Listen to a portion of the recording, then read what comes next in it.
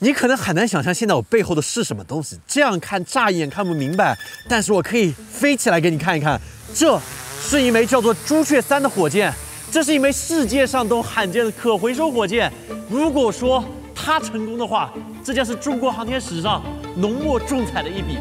国产火箭可回收，太大了。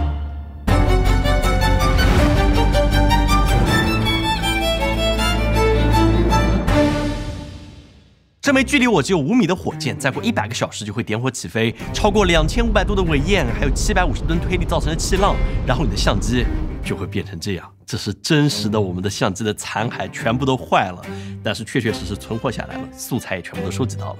那这次我们和我们的好朋友乐奇 AI 眼镜，想和你带来亲眼看看，当世界上一枚极少数可回收火箭点火发射的时候，我们究竟能拍到什么？ 它什么都没有了，这也太酷了！哇，我第一次要打开门是这样的，这个真的只有我第一人称视角你才能感觉到这个。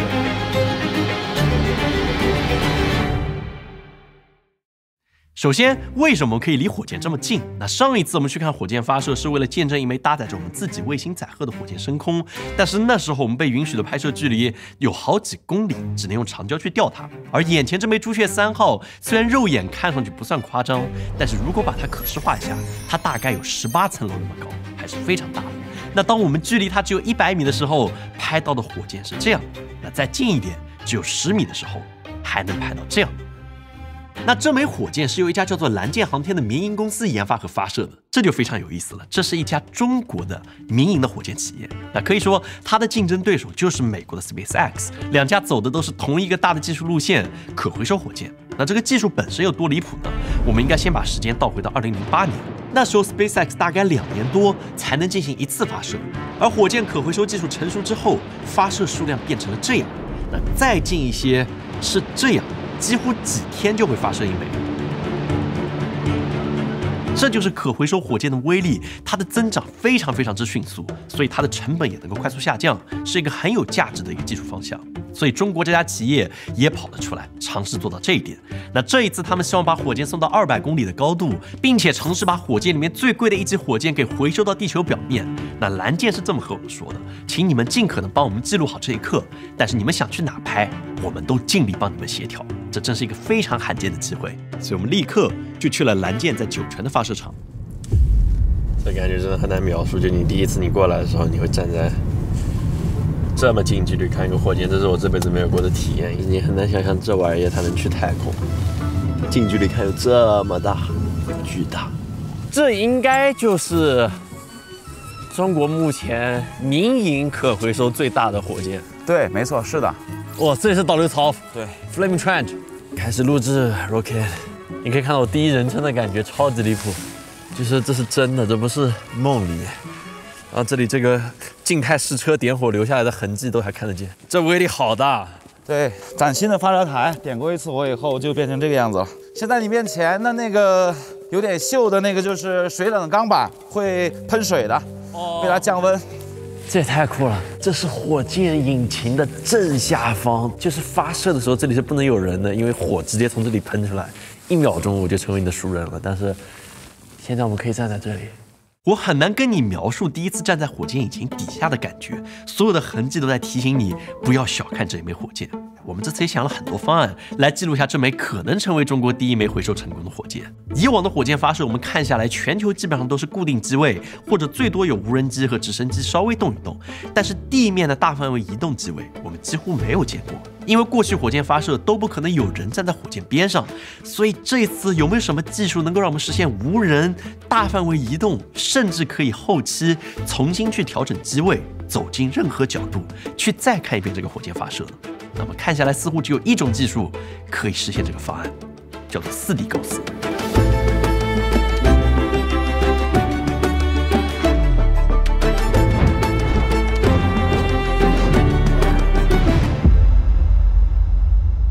为了对这个火箭表示尊重，对吧？它的威力超级大，人是不能待在这儿，所以这是我们请来超级厉害的一家公司——世维智能。然后我们在这边部署了各种各样的机位，你不要觉得只是一台，其实这边有150台完全同步的相机，就是超级大的一个相机量，然后你可以想象每一个机位都可以直接对准到这个火箭，然后各自用不同的焦段去扫描它，对吧？是的，大家可以看到我们使用的这个相机是自带云台的，然后同时我们进行了全 IP 化管理，我们可以通过一台电脑，然后就可以同时操作所有的相机，不同的焦段会自动的去调整到它不同的这个区域，这样保证了它既有一个完整的这个景观，然后同时在一些细节上也能有比较近的这个景别可以拍到。哇，这也太精良了！我的妈呀，就是可以，也就是后期真正发售的时候，我们可以完全重新回到任何一个节点来看它。是的。4D 高斯真的是一种很特殊的方案，在我们看来，它并不是一次技术迭代，而是一种重新定义记录的方式。那正因如此，我们一直在等待一个足够重要的时刻。那准备的过程我们不想多说，火箭发射就是一件非常不确定的事情，天气、审批，任何一个变量都可能会让一切归零。这一夜除了我们，塔架上还来了很多人，他们都和我们项目的编导一样，关注这枚火箭非常久了。他们说酒泉很久很久没有这么热闹了。哇，现在太神奇了！整个塔架上开始噗到处长相机。我们塔架上的机器都是用了保 SD 卡的策略，烧化之后我们是把整个机器切开，然后把 SD 卡取出来做数据还原，就是要做好这种心理准备。但是这个机子现在就是损耗品，对，就是这个每次用完呢，它这个镜头都会比以前轻一点，不停的掉渣。那一晚几乎没有人入睡。再过6个小时，朱雀3号就会起飞。再过6个小时08分，它就会开始国内的第一次完整火箭回收的尝试。这可能是我们这半年最为梦幻经历。在半梦半醒的时候，我们中的大部分人看到了人生中第一次火箭发射。3、2、1，点火。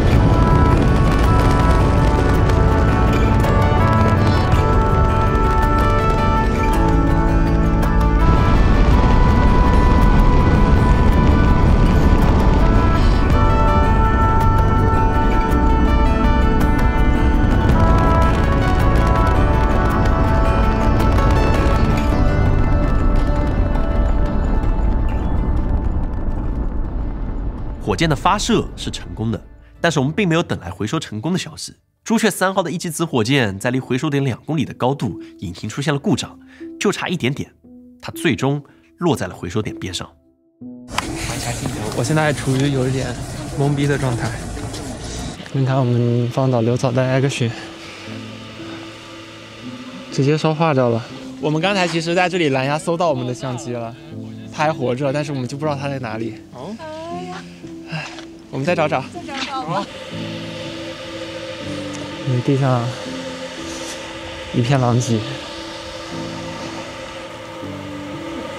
没有了。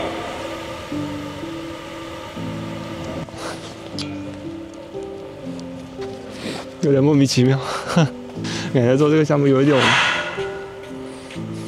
奇怪的英雄情节，就感觉它一定会成功一样，就感觉它一定能发射成功，一定会降落下来。我们公司的编导阿棉说，我们明明不是造火箭的人，但是却感到很难过。那造火箭的人此刻他又是什么样的心情，是怎么想的？我们也去问了问这枚火箭的副总工程师东凯老师。能不能聊一聊这次回收发生了什么？其实很多人好奇的也都是这一点，这次回收到底发生了什么？因为它其实离落点非常非常近。那么从火箭的飞行上来看呢，从130多秒之后1、2级分离，一直到中间经历了山沟垛展开啊，以及到了300多秒时候的再入点火，动作执行的其实都是比较完美的。到最后一个动作着陆点火的时候发生了故障。本来我们内心是希望能够在25年，在12月之前这个节点啊，能够实现中国的这个回收，对回收的，然后也能够从目标来讲，能够把这个可复用火箭的这个差距啊，能够定格在10年啊，就不用达到之前那个 SpaceX 是2015年那年12月时候完成的这个成果。哎，这很可惜，就是姚一的遗憾就是没有看到这个动作能够得以执行。遗憾从来不是彻底的失去一件事，而是差一点我们就拥有了它。所以回到杭州之后，我们第一时间处理了150台相机留下的全部数据。在火箭点火后的第10秒，相机阵列因为冲击波意外的断电，所有素材都变成了这种不可读取的状态。但是我们2家公司还是花了几个通宵，把数据给修复了出来，拼成了第一次并非特效，而是4D 高斯实拍到的火箭发射的影像。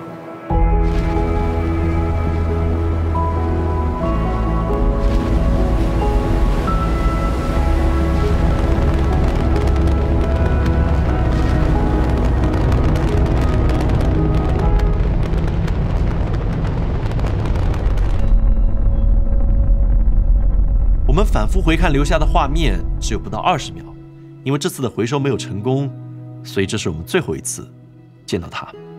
但我们想把时间倒回到发射之前，带你重新站上塔台，再一起看看这枚现在已经消失的火箭，也许你会更感慨些。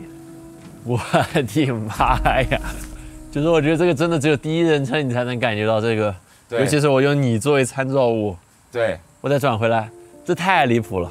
这是根据我们自己的设计，还有我们使用的需求，然后自己建的，而且建得非常快。现在太阳慢慢起来了，它整个釉面等一下会变成整个金黄色的，非常漂亮，是不是很震撼？看得出来您是真喜欢，我真的很喜欢它。我们都管它叫大宝贝儿，因为承载了我们很多的梦想。对，您在这家公司多少年了？4年。从朱雀2第一次飞的时候，一直一路走过来，然后看到朱雀3。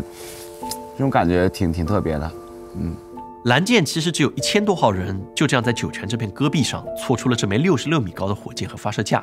对民营公司来说，一次不成功就是成本，就是现金流正在一点点被烧掉。而火箭发射是没有退路的，因为在路的前面已经是1年飞170多次的 SpaceX， 要追上他们，蓝箭面对的只有每一次发射的那一次机会。然后你现在看到那个跟我们同样颜色的浅蓝色的塔架子，就是911工程，就载人航天的位置，也就前2天发射的22号飞船就是这里射的。没错，离我们非常近。其实我们火箭转运过来的时候，几天以后他们也开始转运，就我们静静地看着它。其实中国各大商业航天公司基本都在这片戈壁滩上，大家就这样，互相竞争着，互相观望着，互相比拼着，就这样往前走，真不容易。在白天的酒泉，这里每个星期都可以看到一枚火箭升空；而在晚上的酒泉，这里抬头一望便是满天的星星。在这些星光的缝隙之间，还穿行着一些更为微弱的光点，那是过去70年一枚枚火箭送上太空的卫星。截止到现在，一共15000多颗。这是一个时代共同向前迈进的力量。我们只在这里停留了短短半个月，就期待拍摄到一场奇迹，而这里的人则是数年的时光前赴后继地向前追赶。未来我们已经习惯在太空中来去自如的时候，再回看现在，我们能告诉那时候的人们，在当年的戈壁滩有一大群人在不断地把宇宙的边界向前推得再远一点。